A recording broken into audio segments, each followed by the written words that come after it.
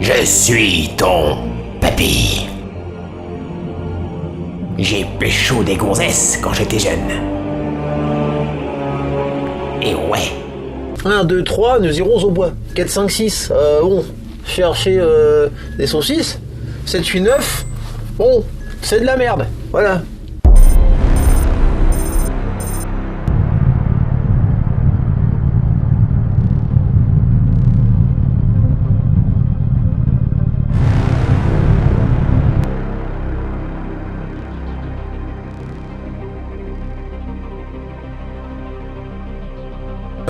Contrôle.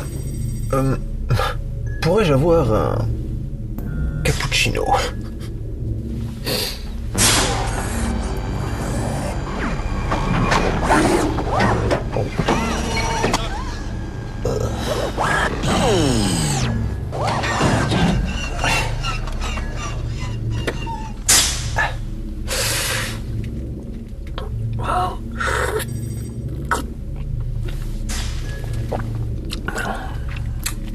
Star Wars. Star Wars.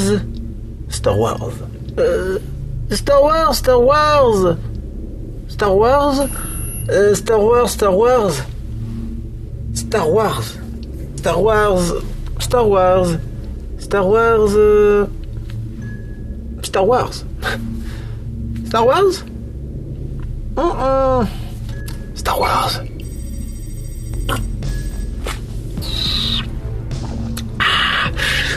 Ça y est, c'est fini.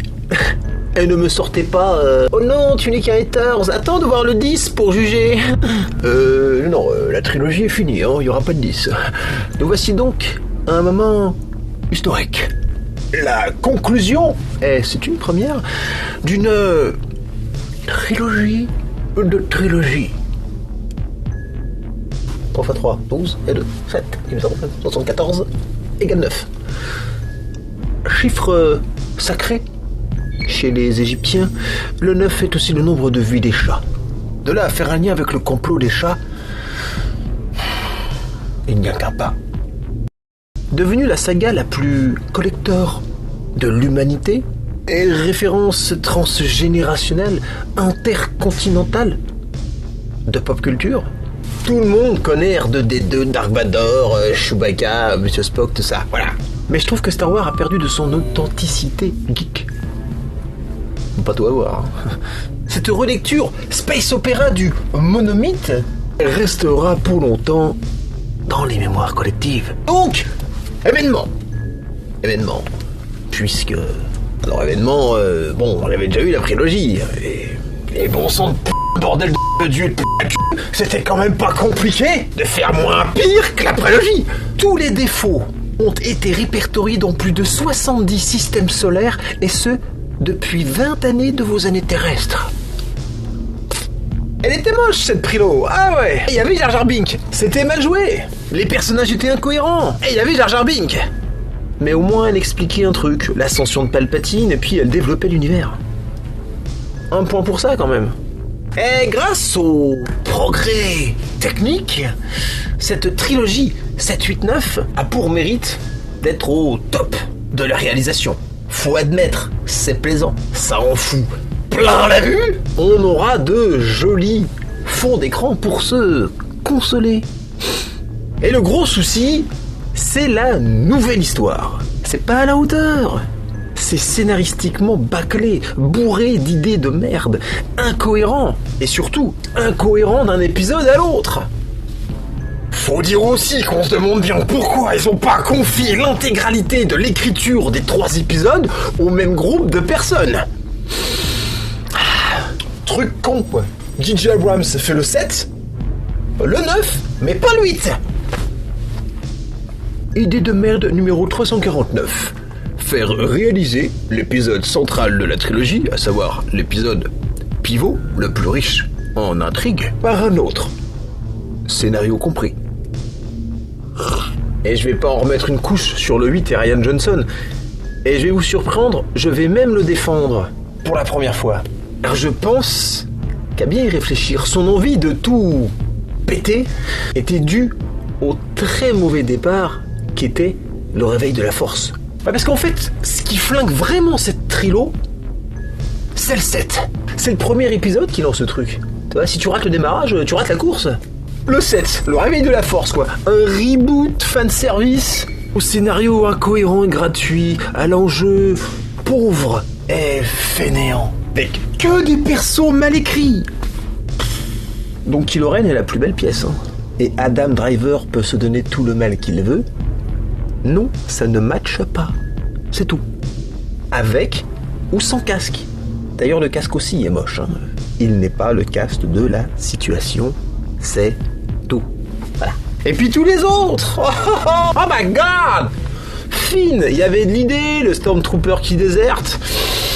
Why not? Mais mon dieu, ce qu'il est vide, ce personnage. Oh, Poe Dameron. Oh, rien dans le sac. Mou. Voilà. Ils auraient dû l'appeler comme ça, Mou. BB-8. Pas du tout attachant comme R2D2, hein. Ah, c'est raté, hein. Ouais, un porte-clés en plus gros. Voilà, c'est la même chose, voilà. La héros, Rey. Enfin, dès le départ, elle est douée. Okay, là, il n'y a aucun enjeu pour elle. Alors, j'ai peut-être une petite idée, je me disais, c'est peut-être à cause de l'actrice. Elle a une tronche à faire des pubs pour des parfums, tu trouves pas, toi? C'est insipide comme gueule, tu vois, le genre de nana ne désire rien, son visage a l'air neutral. Snoke, le méchant, look de merde, excuse-moi, hein. Je l'ai trouvé captivant. Mais son look est caricatural, l'espèce de Gollum Voldemort avec une cicatrice. Enfin, et puis il y a le gnome orange là, avec les yeux dégueulasses là. Oh, non. Le Cara Design, hein. Celui-là il finira dans les collections de CGI qui font saigner les yeux, hein. Je vous le prédis. Et en personnage, il y a tous les vieux personnages qu'ils ont ramenés, qui font le raccord quoi, juste pour... Voilà, ouais, c'est au cas où tu te trompes de salle en fait. C'est du fanservice sans saveur, on va dire, hein.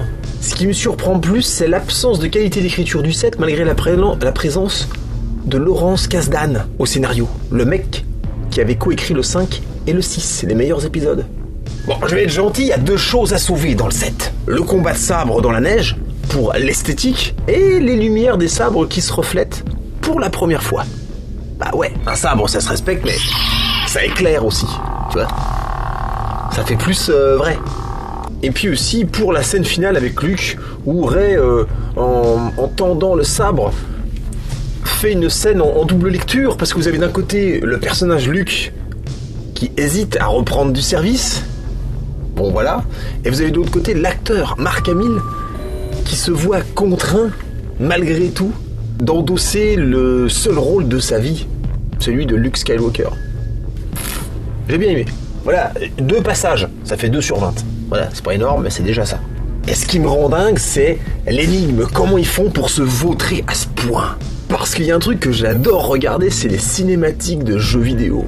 Old Republic, avec Starkiller, le Padawan caché de Dark Vador notamment, il y avait des cinématiques qui défonçaient. Vous savez quoi? C'est un peu comme les champs qu'il faut laisser se reposer. Vous savez, qu'on met en jachère pour pouvoir recultiver après.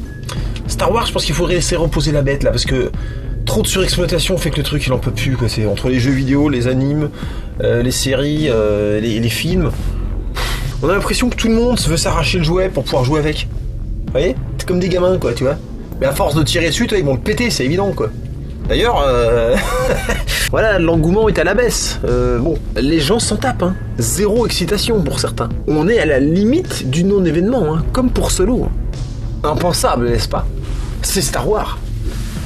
Bah si. Alors, ce 9, ça donne quoi? Rise of Skywalker. Ah, les titres de merde. En plus, c'est pas Skywalker, c'est Palpatine finalement qui rise. Alors, comme pour Endgame de Marvel, là, après l'épisode 8, je me demandais bien ce qu'ils allaient pouvoir raconter. Ce 9 est en grande partie un règlement de compte entre 2 réalisateurs par film interposé. J.J. Abrams, Rian Johnson. Un sabre laser, ça se respecte. Fuck you, Rian Johnson, dit J.J. Abrams. Parce qu'entre Luke qui rattrape le sabre, la parenté de Rey et le casque de Kylo qui est recollé, là c'est clair, si vous avez aimé les choix du 8, vous pouvez pas aimer les choix du 9. Va falloir rester cohérent. Bon, les 3 épisodes sont pourrables, mais je dirais quand même que le 9 est peut-être le meilleur. Parce que, bon, il en met plein la vue. Il est super beau, il y a des super scènes, hein, ça passe un peu trop vite, mais bon. Voilà, il en fout plein la vue non-stop, et surtout, c'est le seul qui finit son intrigue. Puisqu'il en commence une, il la finit tout de suite. Voilà. C'est nul, mais il y a déjà ça. Parce que, bon... On sait plus comment noter, parce qu'on est en négatif. Vous savez comment dire qu'un film, il est bon, alors qu'ils sont tous pas bons? Tu sais, t'es obligé de dire, il y en a un qui est meilleur. Tu sais, ça fait presque penser qu'il y en a un qui déchire, quoi, quand tu dis ça. Ce film est basé sur le principe de récompense immédiate. On sature vos sens d'images spectaculaires toutes les 4 minutes 30, faut que ça pète, tu vois. Bagarre, nouveau paysage. Poursuite. Renouveau paysage. Explosion. T'es là? Non, je suis là. Ça voyage beaucoup, très vite, de trop même. Ça me rappelle le syndrome Mario Kart de Solo Story. Tu sais, c'est Mario Kart. Tu sais, c'est Choco Island, Boozer Castle, tu sais, t'as un décor avec les îles, t'as un décor pour chaque circuit. Voilà, c'est pareil, tous les 10 minutes, ils changent de décor. Ah, c'est tout, hein. Non, c'est sympa, je vous dis, hein. Ça foisonne de nouvelles planètes, hein. Il y a de quoi faire une trilogie rien qu'avec cet épisode. Donc attention, c'est beau, comme le 7 à 8 d'ailleurs, mais pour le reste, c'est comme d'hab. Gratos, facile, incohérent, ta gueule, c'est magique.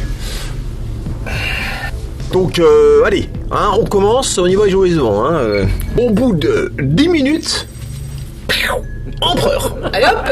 On l'a vu dans les bandes annonces, hein, de toute façon. Alors, il aura quand même fallu 2 films entiers pour s'échauffer. La vraie intrigue de cette trilogie commence maintenant. Et c'est en fait le méchant de la trilogie originale, la seule, la vraie, toi-même tu sais, qui avait tout manigancé depuis le début. Surprise, motherfucker. Merde alors. Ah bah l'empereur, le plus grand. C'est quand même le seul que quand il allait faire ses courses, il gardait sa capuche. Un jour à Noël, il s'est déguisé en sapin à la crèche. Quand il s'est allumé, il y a eu 14 enfants de brûlés au premier rang. Ouais mon pote, ouais. Les méchants, c'est un monde à part. T'as toujours habillé en noir, t'as pas d'amis, t'as pas de vie sociale. Tu vas au combat, tu sais pas si tes éclairs ils vont marcher. Mais toi faut que t'assures, parce que t'as tous les gentils de l'univers qui t'attendent. Ils te feront pas de cadeaux. Regarde Kylo Ren. Il a pas supporté, il est devenu tout gentil. Bah parce qu'à la base, c'est un mec, t'es pas fait pour ça, c'est tout. Snoke, c'est une tapette, hein, faudra lui dire. Hein. Oh, c'est pas un méchant ça. Hein. Faire la racaille avec une cicatrice, hein, c'est facile. Hein. Non, je suis désolé. Il y a un peu de méchant, il y a un peu. Aujourd'hui, il reste qui? Tulsa Doom, Skeletor, Gargamel. Voilà, ils sont 4. L'Empire contre-attaque. Encore. C'était déjà ça dans le 5 et dans le 7. Tu vois? Comparé aux jeux vidéo, aux animes et tout le reste, les films officiels récoltent les idées les plus pourries. Développez les mecs, merde. On veut un univers qui fourmille de persos. Des persos aux motivations complexes et nuancées. Et pas juste des Stormtroopers avec des voix de femmes. Ouais, bon ça... Puis d'où ils sortent encore une armée encore plus grosse que la dernière fois? Mais d'où ils ont des soldats et des vaisseaux, par milliers, hein, qui attendaient, là, sur une planète glacée, à l'écart de tout. Le pire, c'est que ça veut juste dire que la trilogie originale, la seule, la vraie, toi-même tu sais, n'a servi à rien. Bah oui, l'empereur a survécu. C'est con. Ils ont quand même pété l'étoile de la mort, d'accord. Mais vu qu'apparemment les mecs ont des usines de guerre planquées, moi je dis cherchez plutôt les usines d'armement, hein, parce que sinon ça finira jamais. Hein. Les fameux armateurs de l'épisode 8, dont on n'a plus de nouvelles. Hein. Voilà. Bref, scénario. Donc là en fait ils font plus ou moins un reboot du 7. Qui rebootait déjà le 4, donc un reboot de reboot, un re-reboot. Enfin, en fait, c'est le principe de la carte au trésor, donc, comme dans le 7, où il fallait déjà trouver une carte pour trouver Luke. Voilà, donc là, il faut trouver la planète où se cache Palpatine. Pas Luke, hein, quand même. Voilà, ils ont été originaux, ils ont changé le bonhomme. C'est bien. Mais accrochez-vous, hein. C'est une histoire. Un tiroir à s'épiler les poils du cul avec un briquet. T'as déjà fait, toi, ça? Ah, mais attends, écoute. Pour trouver la planque de Lord Capuche Noire, faut d'abord trouver une des 2 seules boussoles GPS sites existantes dans l'univers. Et pour la trouver, il faut d'abord trouver un item qui donne l'emplacement. Mais pour trouver cet item, il faut d'abord trouver l'endroit où a fini un des mecs qui l'a cherché auparavant. Et là, ouf, ça s'arrête, il y a un indice quand même. Voilà, on connaît la planète. C'est déjà ça. Mais attends, parce qu'une fois qu'ils retrouveront l'item en question, seul C3PO pourra traduire l'emplacement qui est écrit dessus. Mais voilà, c'est trop facile sinon. Il peut pas le lire parce que c'est du site, il a pas le droit. Donc il va falloir craquer le PC du robot. Encore une excuse pour provoquer de l'aventure. Voilà. Et au passage, ça me fait vachement penser au personnage de Benicio del Toro dans le 8, qui était un maître code d'ordinateur, master code décrypteur, je sais pas quoi. C'est un peu le même délire encore une fois. Donc c'est vraiment... Les idées, c'est toutes les mêmes tout le temps, en fait. Donc, péripéties, roulade, chamboule tout, grand 8... combat. Mais attends. Attends, essuie tes larmes, je te raconte la suite. C'est bon ? Le truc, c'est que quand ils vont trouver la deuxième boussole, Kylo Ren, il va la détruire. Tout ça pour rien. Ouais, ça vous rappelle pas l'arc narratif de Benicio del Toro dans le 8, déjà ? C'était déjà la même débilité. Le mec, il faisait un truc, puis c'est à l'eau complet. Là, c'est pareil. Mais du coup, juste après son combat avec Kylo Ren, Rey, elle a une idée. Elle pique le T-Fighter à Kylo Ren. À Kylo Ren qui se fait carjacker par Rey. Dis, je viens de me faire carjacker. Je viens de me faire carjacker. Les choses sont bien faites, hein.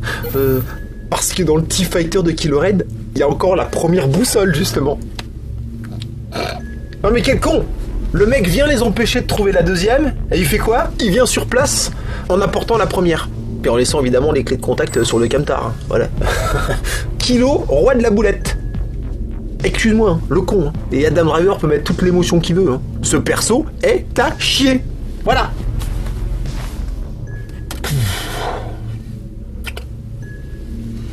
C'est un peu froid. Qu'est-ce que je disais déjà? Ce perso est à chier. Ah ouais, exact. Alors sur la planète désertique, il y a deux choses qui m'ont plu.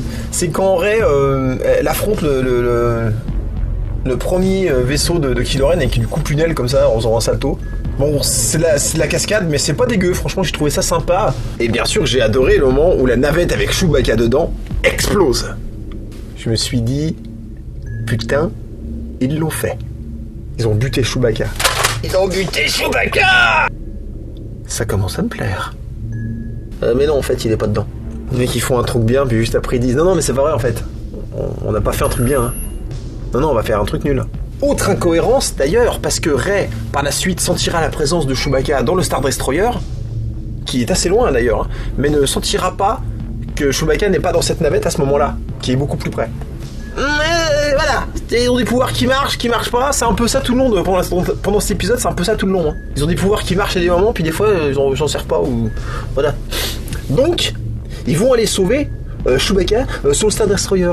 Et les choses sont bien faites parce que la nouvelle ancienne copine de peau, nana, elle a un médaillon à la con. Et en fait ça sert de laisser passer pour aller dans le Star Destroyer, tu vois. Donc tu le gardes avec toi, tu le mets dans ton vaisseau, et tu peux te poser à l'intérieur du vaisseau de l'Empire avec un vaisseau de merde, tu vois, qui est même pas un vaisseau de l'Empire. Et te contrôle pas, rien. Pas de, ouais, non, tu sais, pas de code, pas de numéro de code d'entrée, pas de truc de vérification, non. Puis ce que j'aime bien, c'est les Stormtroopers, quoi. Ah, ils sont toujours aussi nuls, quoi. Ah putain, ils sont plus faciles à dégommer que des ballons à la foire. Oh la misère. Bon alors ils se baladent dans le vaisseau, tu vois, ils retrouvent Chewbacca, parce qu'ils retrouvent Chewbacca, hein, le vaisseau est pas trop grand, et puis finalement en fait ils se font capturer. Ah, ils se font capturer tous les trois. Et j'adore les Stormtroopers, tu vois.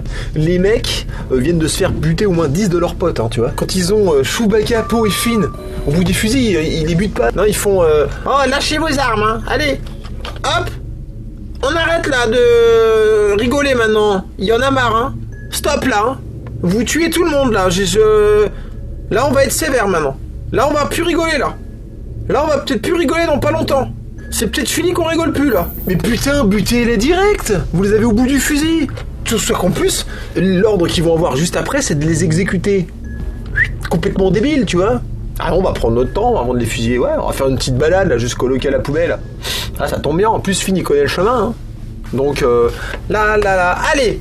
On va aller vous exécuter. Allons faire une petite balade dans le vaisseau d'abord. Suivez-nous.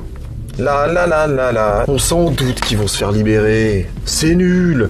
Ne faites pas une scène comme ça si c'est... Enfin non, Donc du coup, tu les vois comme ça, les mains sur la tête, tu vois. ils vont mourir, hein. Fusillés. Finn, Po, Chewbacca, ils sont résignés, détendus. La mort, c'est maintenant. Ils échangent quelques banalités en mode relax. C'est la fin, c'est comme ça. Mais y a un problème, on n'y croit pas. Ça se voit que les mecs ils connaissent le script. Jouez les mecs, jouez, sinon on n'est pas dedans. Alors du coup il y a Hux qui les libère. Oh, contre toute attente, je m'en remets pas, j'ai pas vu le truc arriver. Par contre, quand l'amiral démasquera la trahison de Hux, il va le buter sans jugement sur une intuition directe, là tout de suite, dans la salle de commande. Tu vois, lui il a pas eu le droit de faire une petite balade avec les Stormtroopers jusqu'au local à balai. Oh bah non. Oh c'est pas cool. Ah ouais non, elle a pas eu droit à sa petite change de saut de survivre là. Oh. Alors donc, ils repartent avec Chewbacca et le Faucon Millenium. Voilà, il y avait les clés dessus, le plein, il y a même un Stormtrooper qui leur a fait les niveaux, nickel. En plus, il y avait un pet sur le pare-brise, le mec, il leur a mis le petit enduit de chez Carglass, bien comme il faut. Scénaristiquement, toute cette petite aventure est sans intérêt. Sauf pour Hux. Bon, les noms, de toute façon. Voilà. Il y avait 4 bonhommes avec un Faucon Millenium, ils repartent, et il y a 4 bonhommes avec un Faucon Millenium. Voilà, ils ont juste récupéré la dague avec l'inscription. Et d'ailleurs, le couteau était posé comme ça, quelque part, sans surveillance, puis Rey l'a trouvé. Enfin, c'est... Alors, petite parenthèse sur les personnages. Finn, Po, Rose, Tinky Winky, voilà, bon bref. Ils sont toujours aussi peu attachants et aussi peu charismatiques. Hein. Voilà. On s'en tape. Hein. De toute façon, c'est Rey qui fait tout. Leur arc narratif personnel n'est pas écrit. Les pauvres, il n'existe même pas. Rose n'a même pas d'évolution dans cet épisode. Il se passe rien pour Rose par exemple, tu vois. Mais Po, c'est toujours le même et il devient juste général parce que Leia meurt, mais toutes ces conneries d'avant, il est toujours aussi bon pilote. Enfin bref, il n'évolue pas. Finn n'évolue pas non plus. Il est exactement comme on l'a eu dans le 7. Et même il n'y a même pas de résolution amoureuse pour lui parce que je rappelle quand même que Rose avait l'air d'être tombée amoureuse de lui et que on sait pas et on sait toujours pas si lui il avait envie de ken Rey. Donc il était sur 2 coups quand même. Bon moi je pense qu'il aurait choisi Rey hein, quand même. Ouais. Parce qu'elle est bonne. Et puis il y a princesse générale Altesse Seigneurie, je sais pas quoi, Leia. Bon elle, on se doutait qu'elle allait mourir. C'était son arc narratif qui était déjà écrit à l'avance, on savait qu'elle allait mourir. Voilà quoi, c'est le perso caution de la trilogie originale, hein, la seule, la vraie, toi-même tu sais. Et autre truc qui casse d'ailleurs tout intérêt pour les personnages, c'est qu'en fait aucun danger n'a l'air dangereux. C'est ballot. Stormtrooper, sable mouvant, vers des sables géants, chevalier de reine, explosion, peloton d'exécution, voilà, saut dans le vide. Voilà, la mort n'existe pas. Et pour ceux qui meurent, la probabilité de résurrection est d'environ 90%. L'empereur, ressuscité. Chewbacca, mort feinté. Et d'une certaine manière, ressuscité. C3PO, rebooté, puis reloadé. Donc, c'est un ressuscitage de computer. Rey, tué puis ressuscité par Kylo. Kylo, mortellement blessé et ressuscité plus ou moins par Rey. Et puis il finit quand même par mourir. C'est quoi cet épisode de dingue? Non mais franchement, il manquait Jésus et puis Jon Snow. Puis on était bon. Alors ils vont sur Andorre trouver la boussole. Et là, Rey, elle prend le couteau. Puis elle comprend tout de suite le mécanisme du truc, tu vois. Puis elle sait comment on retrouve... Elle comprend tout comment ça marche du premier coup, quoi. Elle résout l'énigme en un temps record. La nana, c'est une génie, quoi. Et comme par hasard, elle est au bon endroit de la falaise pour que le dessin coïncide. Voilà. J'ai pas envie de jouer sur les détails, mais il se trouve que pour que ça coïncide, faut être quand même au bon endroit. Et ouais, moi tant qu'à faire, j'aurais rajouté une carte qu'il faut trouver qui indique l'endroit où il faut que tu te mettes pour tenir la carte couteau. La couteau, ouais, le truc, l'item de merde là. Bah ouais, on était parti pour une quête à tiroir sans fin, tu sais, en mode poupée russe. Donc, bah allons-y, hein. Alors, comme je l'ai dit, c'est un film qui est assez beau et j'adore le passage où Rey explore l'étoile de la mort qui s'est effondrée sur Andorre. Mais qui montre, encore une fois, que rien d'autre, à part la trilogie originale, la seule, la vraie, toi-même tu sais, n'est plus collector. Alors le face-à-face entre Rey et son double maléfique est super intéressant. Je l'ai senti venir, mais il est vite traité comme beaucoup de choses dans ce film. Voilà, c'est un peu dommage. Le combat entre Kylo et Rey est vraiment pas mal. C'est super beau, il y a une bonne mise en scène, il y a du mouvement. Et je pense que le cadre, enfin l'environnement avec les vagues, il y est pour beaucoup. Et alors on découvre que Princesse Générale Leia peut détruire le côté obscur de Ben Solo à distance en se sacrifiant. Bon. Assez con parce que pour une fois c'est lui qui dominait le combat pile au moment où il allait gagner. Du coup il repère. Mais question, pourquoi Leia ne l'a pas fait avant? Parce que le mec en attendant il tue des gens, hein. Comme Solo d'ailleurs. Et puis Luke d'une certaine manière. Donc encore un pouvoir gratos hein, qui sort de là, voilà, dans le neuf, là tout de suite. Tiens, prends. Et après ce combat, les deux adversaires vont tous les deux se remettre en cause eux-mêmes et leur quête, en jetant leurs sabres respectifs. Kylo, après un bref échange avec le fantôme de son père, jette son sabre. Rey songe, on le devine, à s'exiler sur l'île de Luke après la révélation de son côté obscur. Luke, dont le fantôme réapparaîtra pour rattraper le sabre de Rey. Bon, j'avoue, rien que pour le fuck adressé à Rian Johnson, ça m'a fait plaisir. Non mais ouais, un sabre de Jedi, ça se respecte. Bref, on va le finir ce film. Baston final. Et on met le paquet les mecs. Alors il y a Lando Calrissian, hein, de la série originale, hein, la seule, la vraie, toi-même tu sais, sorti de sa congélation carbonique après 36 ans, voilà, qui sert juste à faire fan service, hein, et puis à dire à Poe, on n'est pas seul. Poe est décidément un personnage trop demeuré pour avoir la moindre idée, hein. Voilà, il aura eu besoin de cette incroyable révélation, hein. Un teubé le mec. Donc, grâce à la boulette de Kylo, Rey peut retrouver la planque de Papy et donc toute la résistance peut s'y rendre.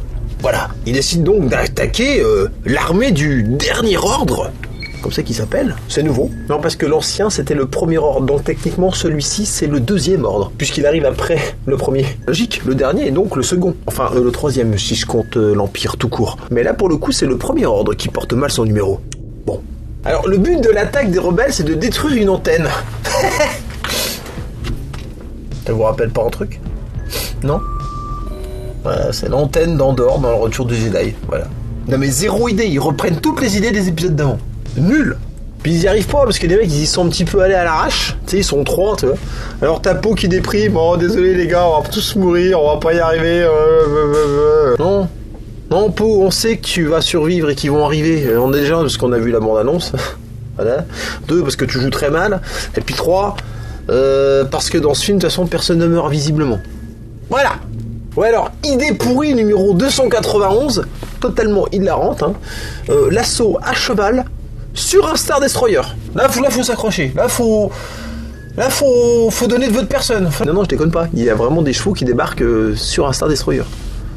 Voilà, des chevaux qui servent à rien, puisque de toute façon, ils descendent rapidement, puis ils se battent à pied en se planquant avec des lasers et tout. Enfin, tu vois, c'est...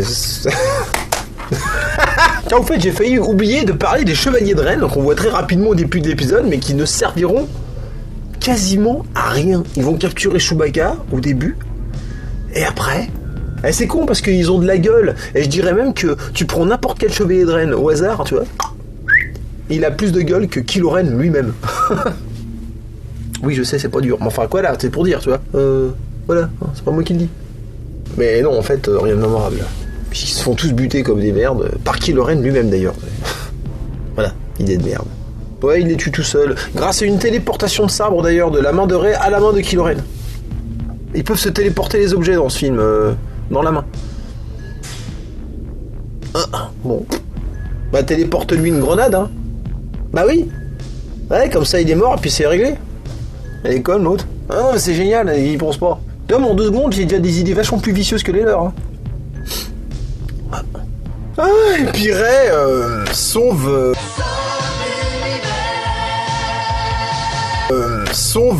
l'univers en tuant Papy. Dans un combat à la Sangohan, tu vois, sabre laser contre...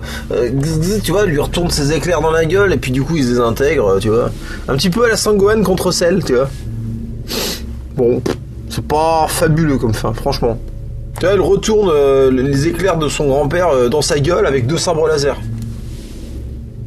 Bon. Et décidément, c'est elle qui aura tout fait dans cet épisode, hein. Et quasiment pendant toute la trilo d'ailleurs, hein. Tu sais, ça me rappelle les Chuck Norris facts. Norris peut faire pleurer les oignons. Chuck Norris a déjà compté jusqu'à l'infini 2 fois, tu vois. Ah bah là, c'est pareil, tu vois. Elle sait se battre au sabre Voilà, c'est la meilleure. Elle est super bonne pilote de X-Wing, nickel. Elle maîtrise la force, genre elle t'éclate une navette avec la force, tu vois. Alors nouveau, elle guérit aussi des blessures, tu sais, en mode Wolverine, tu vois. Puis en énigme aussi, elle défonce. Elle comprend tout très vite. Et elle décide même du nom qu'elle portera à la fin, tu vois. C'est Chuck Norris, elle a pas besoin de montre. Elle décide de l'heure qu'il est. Ouais, non, mais c'est vrai, la nana, en fait, c'est comme si on compilait Black Widow, Red Witch, Wolverine, Doctor Strange et Professeur Xavier pour tout ce qui est communication à distance. Docteur Manhattan de Watchmen. Voilà, quasiment, on est quasiment ça. Moi, ça me rappelle, j'appelle ça comme ça, c'est le syndrome Miss Marvel, tu vois. La meuf, elle est badass dès le début, et elle va juste devenir encore plus badass. Donc quel intérêt à être plus meilleur quand on est déjà le meilleur? Vous voyez le problème ou pas? Voilà. Dans le 7, elle domine Kilo. Dans le 8, elle le domine encore. Dans le 9, elle en chie un peu, mais elle arrive quand même à l'avoir. Mais si tu compares à la trilogie originale, la seule, la vraie, toi-même tu sais, Luke ne se battait pas contre Dark Vador dans le 4 déjà. Voilà. Dans le 5, il se prenait une tannée. Et c'est seulement dans le 6 qu'il arrivait à le soumettre. Et on avait un Luke qui apprenait de Yoda, vraiment. Alors que là, même pas. Elle rencontre Luke, c'est juste pour faire genre, bon, ça va, ouais, c'est bien, t'as vu. Alors on sait pas en fait, c'est l'apprentissage de Luke est complètement artificiel et inexistant. Et je passe sur le fait que, encore une fois, et c'est à la mode, le super vainqueur héros de tous les temps de l'univers est une femme.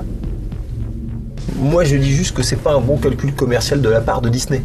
Bah oui, parce que les petits garçons, ils vont pas s'identifier à une fille. Donc les petites figurines de Rey là, ah mais peuvent se les mettre au cul, hein. Voilà. Et je pense qu'en plus Disney est parfaitement conscient de l'argent qu'ils perdent en faisant ça. Et je pense qu'ils sont prêts à assumer leurs choix politiques et leurs pertes financières jusqu'au bout, par conviction en fait. Et donc on arrive à la fin des fins. Enfin. L'empereur disparaît. Enfin, on sait pas, parce que le mec a survécu à pire, hein. Et Rey s'écroule, je sais pas, vidé de son énergie vitale, morte. Ah, ils ont osé. Non mais non en fait. Là en fait il y a Kilo qui revient, il lui redonne son énergie vitale. Voilà, lui aussi vient de maintenant il sait le faire. Et c'est lui qui meurt. Et Rey suscite. Ressuscite. Ouais bon bah allez, grâce-toi. Non mais depuis tout à l'heure t'es là, tu rigoles pas à mes blagues, c'est chiant aussi. Moi j'aurais bien aimé qu'elle meure. Ah ouais. Ah ouais.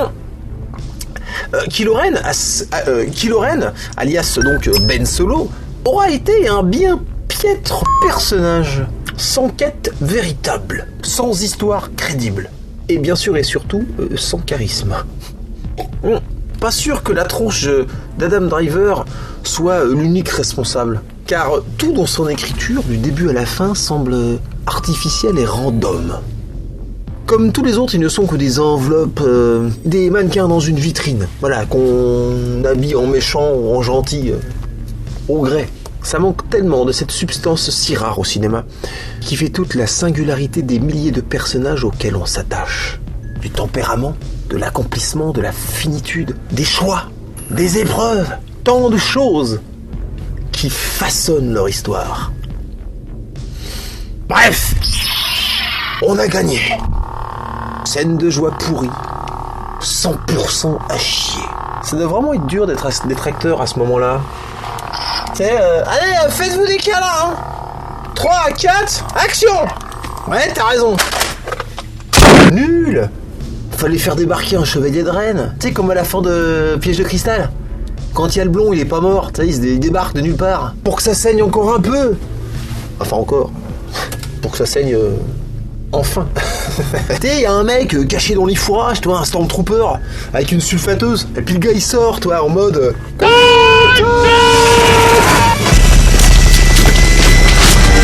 Ah, tout de même.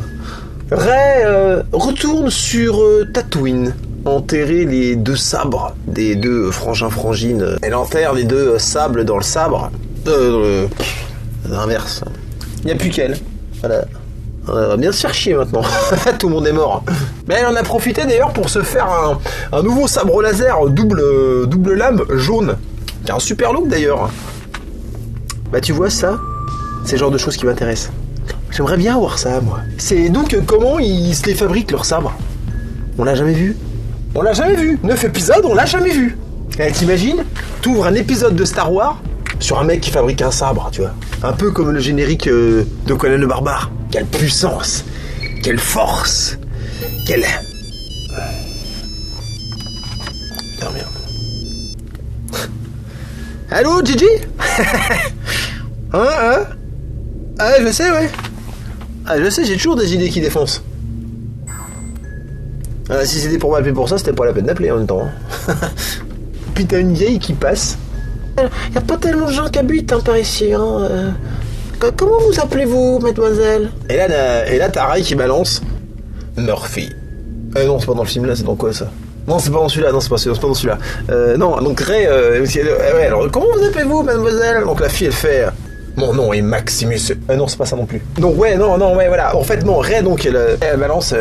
je suis Ray Skywalker. T'as remarqué que la nana, elle a pas été décoiffée pendant 3 épisodes, hein.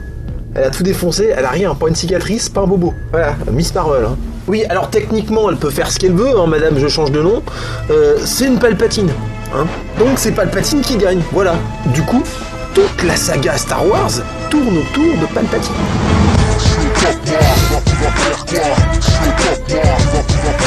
Et les Skywalker ne sont qu'une famille inférieure.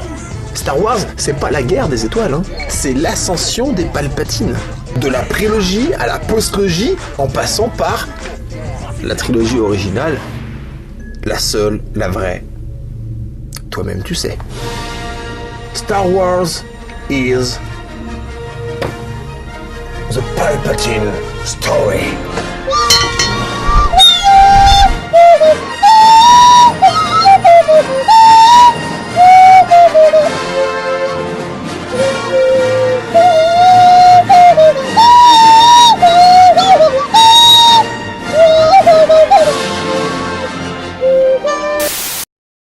Voilà, c'est la fin. 42 ans de saga qui finit comme ça. Une fin immature, sans climax, bourrée de facilité, ultra saturée d'incohérence. Les gentils ont gagné, les méchants ont perdu. Enfin, ils ont perdu jusqu'à ce que l'Empire contre-attaque.